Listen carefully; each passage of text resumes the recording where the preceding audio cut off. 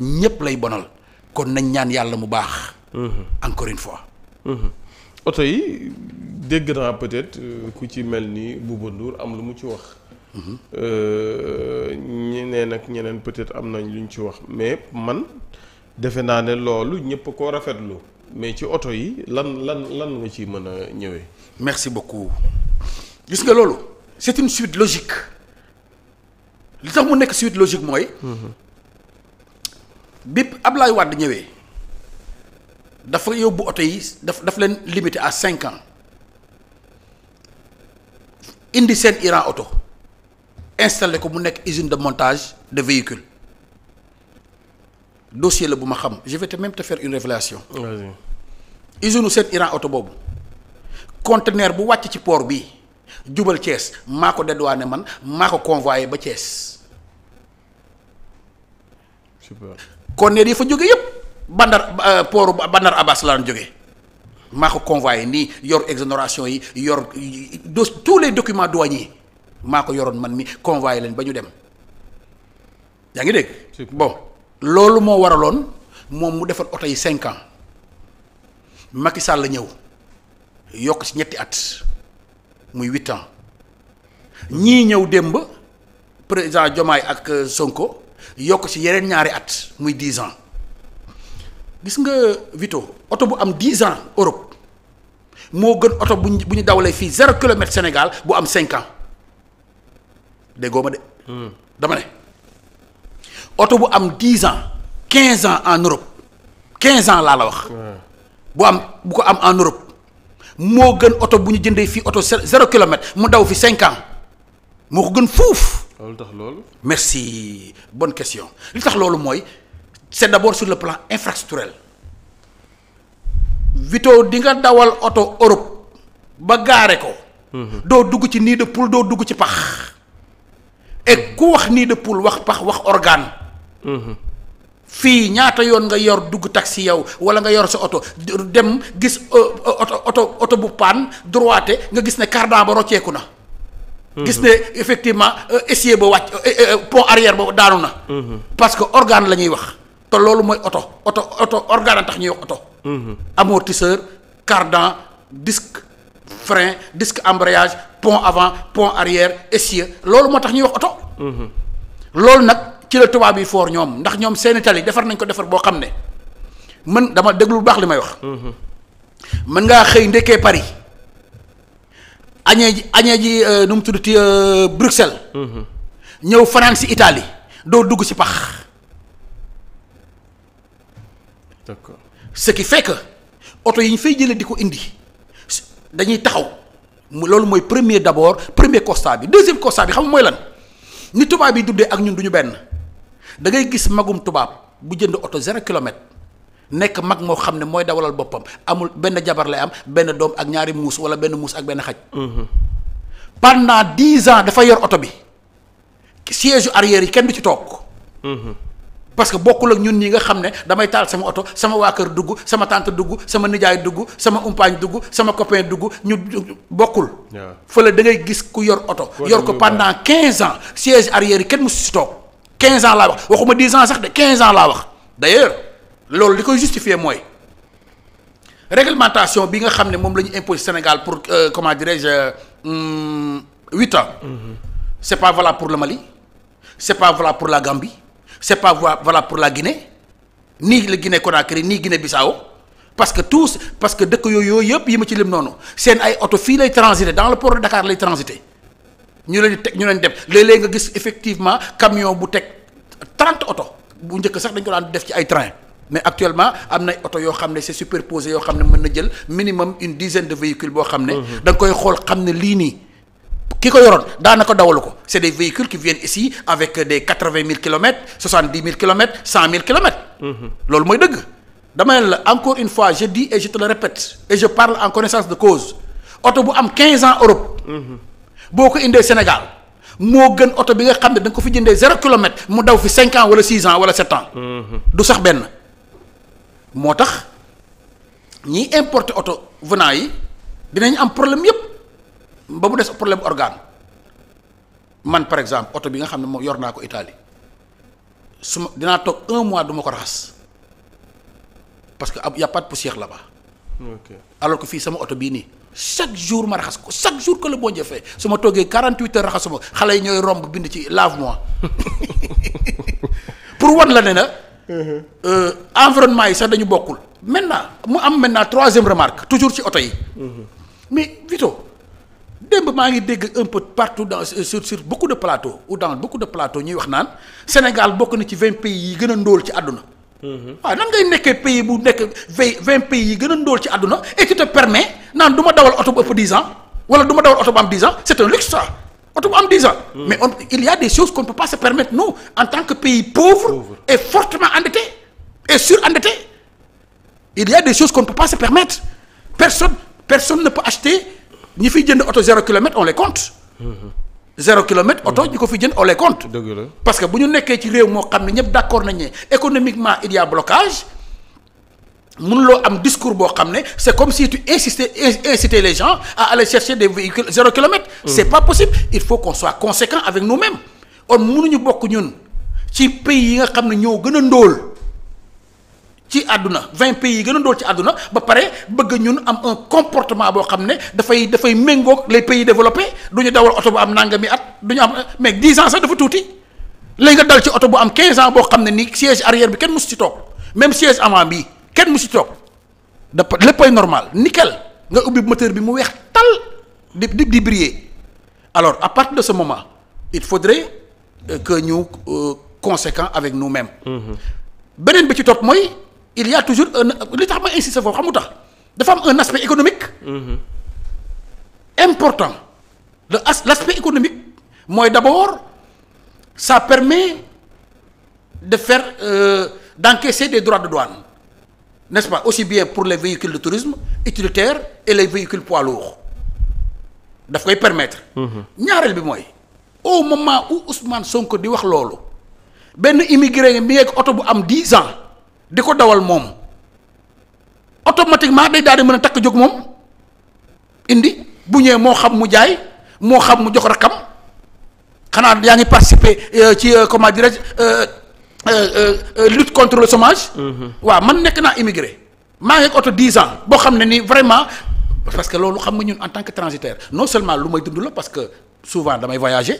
mais en tant que transitaire damay gis par exemple nit ku dal ci benn oto boo xam ne day am 10 ans. mu mel ne oto bi doo génn usine naan sa waay man lii dama lu ma metti oto bi xam nga kii vraiment Sénégal bu ma ko fa yóbboon damay def affaire effectivement day wax dëgg.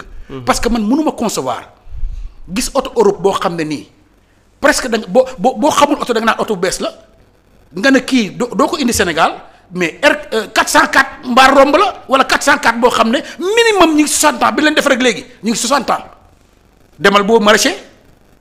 da nga fay fekk 404 da nga fay fekk cette place 504. waaw léeg-léeg waxuma la sax dem boo maraîcher mais dañuy jiitle ak ñoom nii ngay xool ni nga gis ko nii muy kayen yi nii nga gis ko téye nii di dawal nii oto boo xam ne am na minimum moom ak président de la république maanaam. ak premier ministre.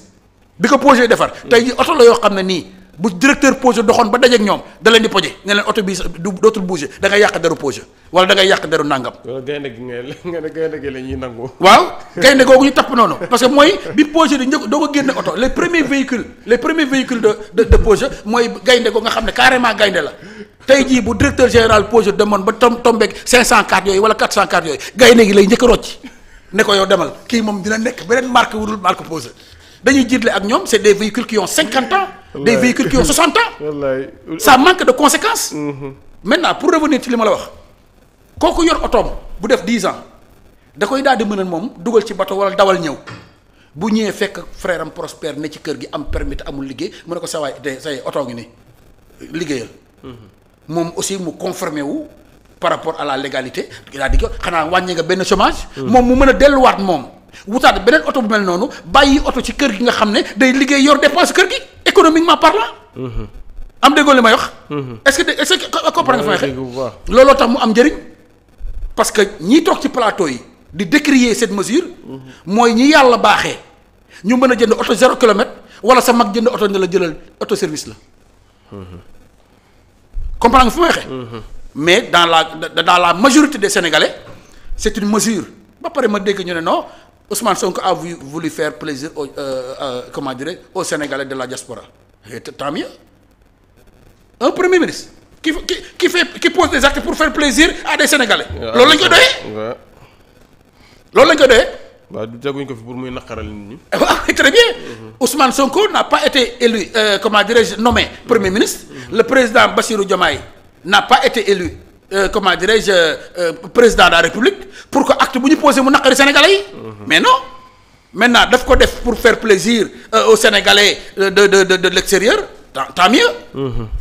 parce que oto yooyu nga xam ne ñun moom la ñuy bañ ñun moom lay jaar fii ci pooru Dakar Maliens yi Gambiens yi Guinéens yi dédouané ko.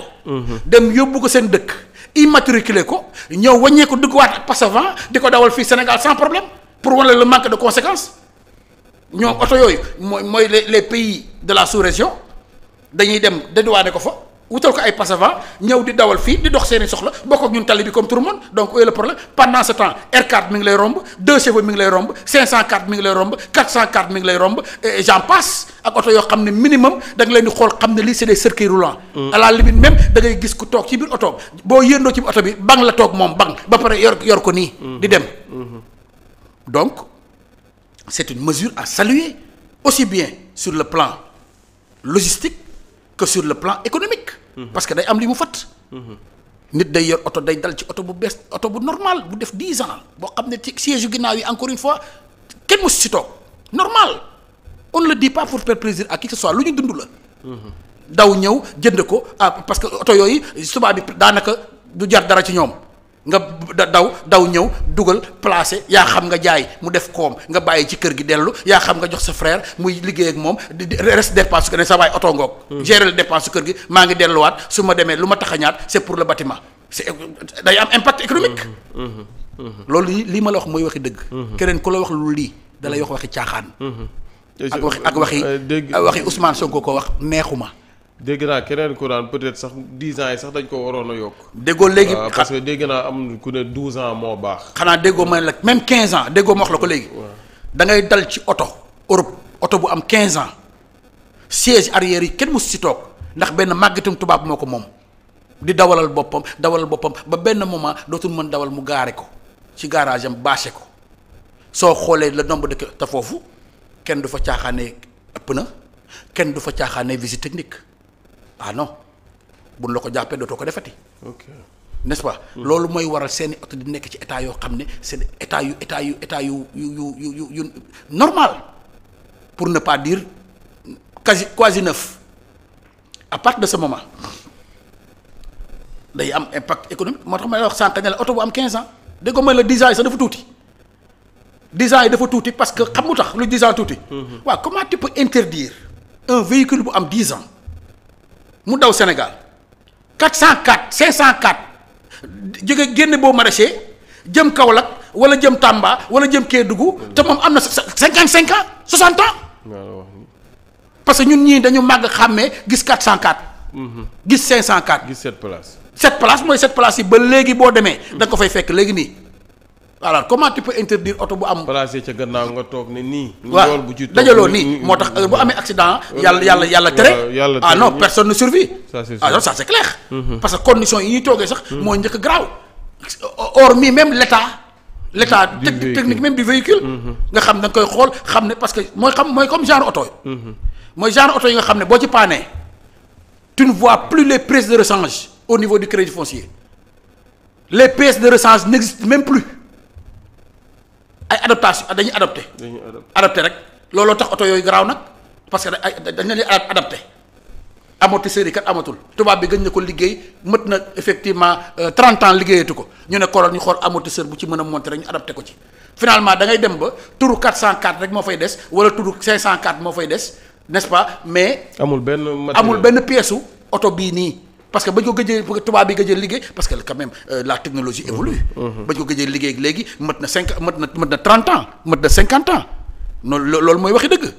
donc pour revenir effectivement à ce que tu me disais tout à l'heure 10 ans yi sax ëpp na tuuti na loolu laa gëm man. parce que dama gis man ay oto yu am 15 ans 12 ans 13 ans yoo xam ne nii tey jii ku nii ngay def boo taxawee sax ci biir boo nee nii mu tàkk. parce que oto yi normal la ñuy doon pneu yeeg organe yeeg intérieur bi boo tax mooy oto yi nga dégg ñaa oto bu set wicc la. oto bu set wicc loolu moo indi appellation boobu oto bu set wicc. parce que da ngay dugg ci biir ne mii est-ce que kii nit mës na ko dawal fekk benn màggatu tubaab ba ko moomoon. wala benn moo xam bu góor la moo xam bu jigéen daan def benn xaj wala benn muus ci ginnaaw. oto ci ginnaaw kenn musu fa toog ndax foofu oto du fa luxe. oto nécessité la fa. moo tax ñëpp ko am parce que doo yóbbaale kenn. ki nga war a yóbbaale am na oto. dëgg la loolu mooy waral lii ma la wax nii. ayca ñu ngi leen di nuyu bu baax a baax fépp foo xamante ne waaye ñu fay seetaane